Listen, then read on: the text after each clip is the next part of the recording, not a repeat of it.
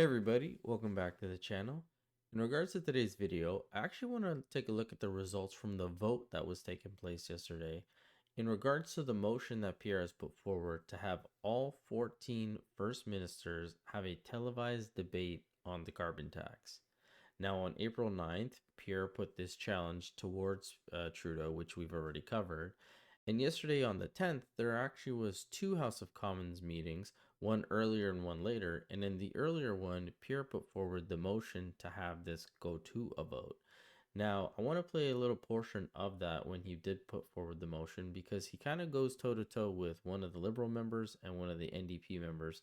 And I think he handles it pretty well. Thank you, Mr. Speaker. One of the problems with the Leader of the Official Opposition's speech is that it is often, whether it's inside the House or outside the House, factually incorrect. If they're axing anything, it's the facts. And the reality that they portray is exceptionally misleading. For example, he talks about there were no immigration problems. Tell that to the thousands of people that couldn't sponsor parents, or tell that to the thousands of people that couldn't sponsor a spouse when he was actually in government, when the immigration was so-called no problem. That is the actual facts, Mr. Speaker. He talks about the economy. It took Stephen Harper 10 years to create 1 million jobs. In less than 8 years, we've doubled that. We've created over 2 million jobs. I'm wondering if the member could be a little bit more honest with the facts, whether it's here or outside of Ottawa. The Honourable Leader of the Official Opposition. Mr. Speaker, I don't need to criticize this government's immigration policy because the Prime Minister has done it for me. That's right. He has said that the immigration system is, quote, out of control. Those are his words, reiterated by his immigration minister. Both of them apparently blaming their preceding immigration minister for screwing the entire system up so badly that they allowed hundreds of thousands of students to come in to study at fake institutions that don't even exist, diploma mills, by the government's own description. Now, some people might think that Pierre's being a little hyperbolic and thinks that Justin would never say that about immigration. Well, he actually did, and the guy who was responsible for it was standing right beside him. Over the past few years, we've seen a massive spike in temporary immigration, whether it's temporary foreign workers or whether it's international students in particular that have grown at a rate far beyond what Canada has been able to absorb. To give an example, in 2017, 2% of Canada's population was made up of temporary immigrants. Now we're at 7.5% of our population comprised of temporary immigrants. That's something that we need to get back under control, both for the benefits of those people, but because international students we're seeing increasingly vulnerable to mental health challenges, to not being able to thrive and get the education they want.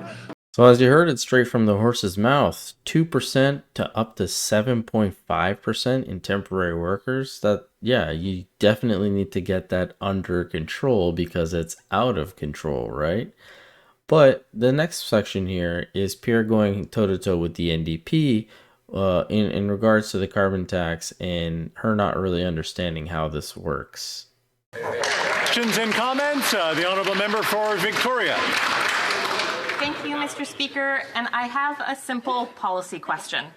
It should have a simple yes or no answer.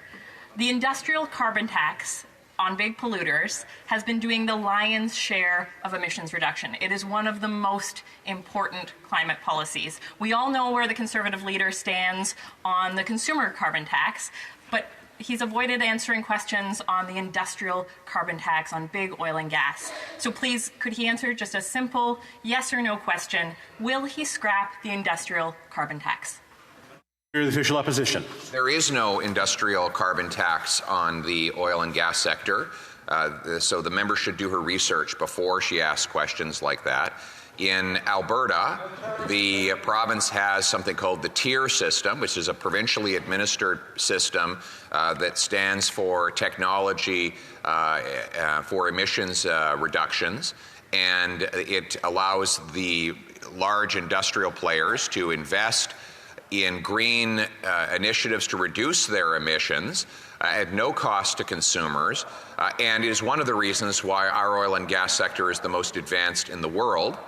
And what I propose is that we produce more of our clean Canadian oil and gas to displace the dirty dictators of the world. The real question is, why does the NDP want to put good union workers in Western Canada on the unemployment lines, steal their jobs, and send those jobs to foreign dictators around the world? We, common sense conservatives, will bring home those powerful paychecks for our people in this country. Now, I gotta admit, that was a little embarrassing for her, but as we move forward, we're gonna get to the vote. And spoiler alert, the vote actually goes through. The Bloc, the NDP, some independents, they all vote with the Conservatives to have this televised event, so it doesn't look good for the Liberals.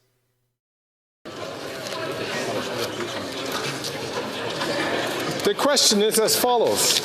Mr. Poilievre, seconded by Mr. Motz, moved that the House declare that the Prime Minister convene a carbon tax emergency meeting with all of Canada's 14 First Ministers. May I dispense? That this meeting address A, the ongoing carbon tax crisis and the financial burden it places on Canadians, B, the Prime Minister's recent 23% carbon tax increase, C, plans for provinces to opt out of the federal carbon tax to pursue other responsible ideas to lower emissions, given that under the government's current environmental plan, Canada now ranks 62 out of 67 countries on the Climate Change Performance Index, and that this meeting be publicly televised and held within 5 weeks of this motion being adopted. Amendment. Mr. Soroka,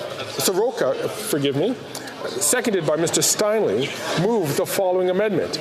That the motion be amended by deleting all the words after the word that and substituting the following.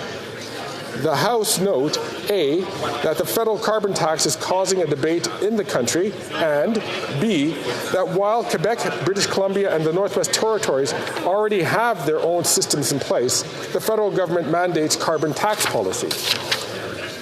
Que la Chambre demande au that the House call on the Prime Minister to convene an emergency carbon tax and tarification meeting with all of Canada's 14 First Ministers, and that this meeting be publicly televised and held within 5 weeks of this motion being adopted. The 10-minute period for members voting electronically has started, and the House will now proceed to the vote for members participating in person. All those in favour of the amendment will please rise. Mr. Scheer. Mr. Scheer. Mr. Bazan. Mr. Bazan. Mr. Kimmich. Mr. Kimmich. Mr. Perkins. Mr. Perkins. Mrs. Thomas. Mrs. Thomas. Mr. Deltel. Mr. Deltel. Mrs. Stubbs. Mrs. Stubbs. Mr. Pulius. Mr. Pulius. Ms. Landsman. Ms. Landsman. Ms. Lewis Haldeman Norfolk. Ms. Lewis Haldeman Norfolk. Mr. Barrett. Mr. Barrett. Mrs. Gray. Mrs. Gray. Mr. Moore. Mr. Moore. Mr. Ellis. Mr. Ellis. Mr. Kelly. Mr. Kelly. Madame Godreau. Madame Larouche. Madame Larouche. Mr. Perron. Mr. Perron. Mr. Bass. Monsieur Boulris. Mr. Angus. Mr. Angus. Mr. Desjardins. Mr. Desjardins. Ms. Collins Victoria. Ms. Collins Victoria. And Mr. Vong. Mr. Vong.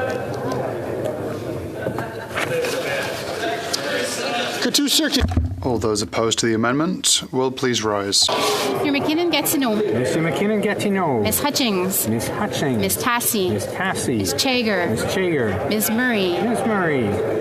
149. Je déclare la motion. I declare the amendment carried. Excuse-moi. Je déclare l'amendement adopté. La prochaine mise au vote. The next question is on the main motion as amended. The question is as follows. Mr. Poilievre, seconded by Mr. Motz, moved that the House note A, that the federal carbon tax is causing a debate in the country, and B, that while Quebec, British Columbia and the Northwest Territories already have their own systems in place, the federal government mandates carbon tax policy. that the House call on the Prime Minister to convene an emergency carbon tax and tariffication meeting with all of Canada's 14 First Ministers, and that this meeting be publicly televised and held within 5 weeks of this motion being adopted. If a member participating in person wishes that the motion as amended be carried or carried on division, or if a member of a recognized party participating in person wishes to request a recorded division, I would invite them to rise and indicate it to the chair. The honourable member from Regina Capel. I believe we should have a recorded division on this. The 10-minute period for members voting electronically has started. Le bureau va maintenant compiler. The table will now compile the results of the vote. Yeas pour 172, 172. Nays contre 150, 150. Je déclare la... I declare the motion as amended carried.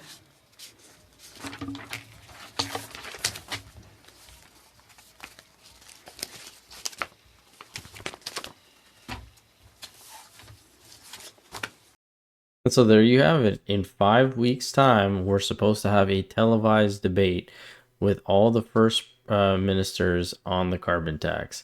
Now, I will point out that it's interesting that Jagmeet Singh voted yes. A lot of the NDP, even the lady who was questioning Pierre earlier, Miss Collins, voted yes. But there was, I think, 1 or 2 conservatives that also voted no, which maybe there was just an error and they misvoted. I'm not sure. But regardless, it got passed, and so I'd love to see how this is going to go down. But I want to hear from you guys. What do you guys think about this whole situation? Do you think it's really going to change anything even after the debate? Do you think Justin's going to get it through his head that nobody wants this? Let me know in the comment section below. I'd love to read all your comments. Don't forget to hit the subscribe button. And as always, I'll catch you guys on the next one. Thanks so much.